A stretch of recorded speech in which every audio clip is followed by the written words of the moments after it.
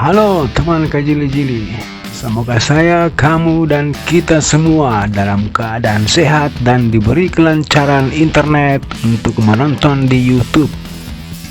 Invasi Rusia ke Ukraina telah memasuki hari ke-137 sejak dimulai pada bulan Februari 2022. Apa saja yang terjadi di hari ke-137? Berikut laporannya dari Intel depan laptop Kajili-Jili.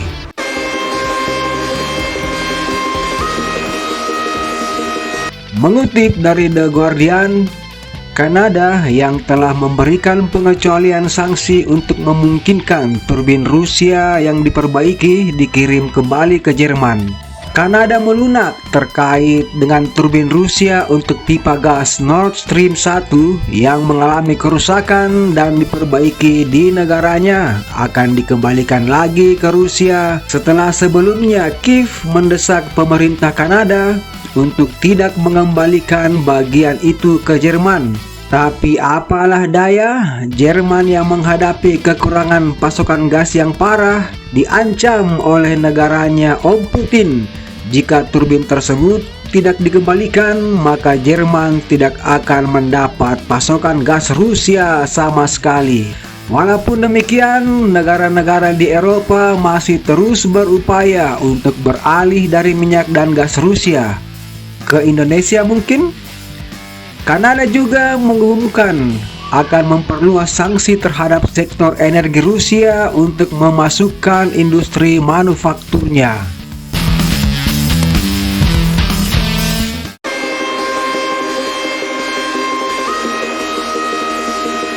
Juru bicara Administrasi Militer Regional Odessa mengatakan pasukan Rusia dengan sengaja menghancurkan tanaman di wilayah Kherson. Dia mengatakan kebakaran terjadi di ladang setiap hari akibat penembakan. Pasukan Rusia tidak mengizinkan penduduk setempat untuk memadamkan api dengan menghancurkan lumbung dan peralatan penduduk.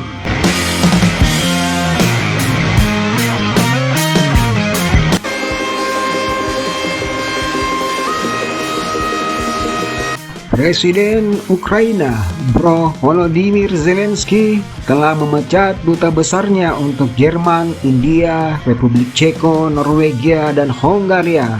Tanpa memberikan penjelasan terkait pemecatan para dubes tersebut, Bro Zelensky juga telah mendesak para diplomatnya untuk menggalang donasi sedekah. Bukan. Bro Zelensky mendesak para diplomatnya untuk menggalang dukungan internasional dan senjata canggih untuk memperlambat kemajuan pergerakan pasukan Rusia. Sampai hari ke-137, pasukannya Om Putin masih menang banyak di wilayah Ukraina. Saran admin buat Bro Zelensky, sudahilah peperangan. Lebih baik ngopi bareng sambil berbicara tentang cinta dan masa depan dunia. Ini asik Lanjut.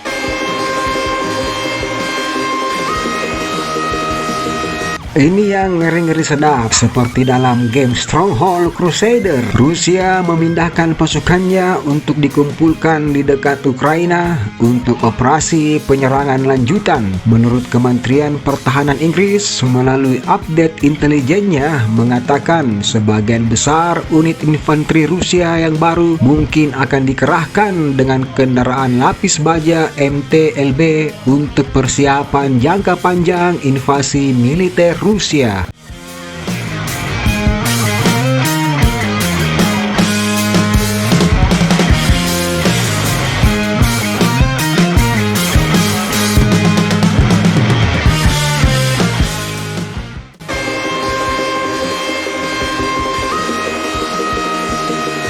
Gubernur wilayah Luhansk mengatakan pasukan Rusia menciptakan neraka dengan menembaki wilayah timur Donetsk. Serhiy Haidai mengatakan pasukan Rusia menembakkan 8 peluru artileri, 3 peluru mortir, dan meluncurkan 9 serangan roket dalam semalam. Serangan rudal juga nyasar di Druskivka, Donetsk Utara, menghancurkan sebuah supermarket dan setidaknya 5 orang tewas pada kejadian itu dan 7 lainnya terluka.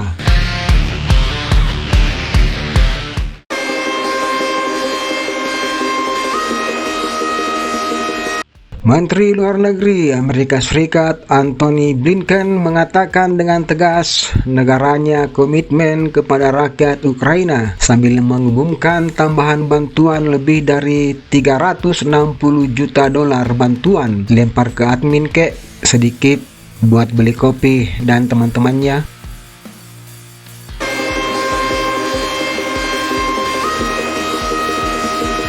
Perserikatan Bangsa-Bangsa mengatakan Angkatan Bersenjata Ukraina memikul tanggung jawab yang besar dan mungkin sama atas serangan di panti jompo di Luhansk, di mana puluhan pasien lanjut usia dan penyandang cacat terperangkap di dalam tanpa air dan listrik. Setidaknya 22 dari 71 pasien selamat.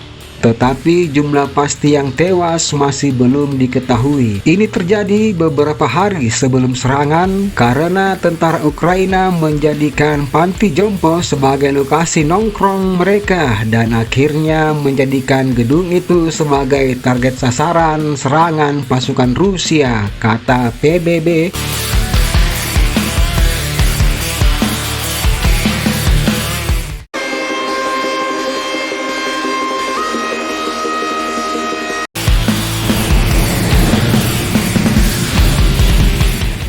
Seorang anggota parlemen Ukraina dari Partai Golos, partai berhaluan tengah, namanya Kira Rudik, mengatakan roket menghantam pusat Kharkiv, melukai dan membuat 4 warga sipil dirawat di rumah sakit, termasuk seorang anak.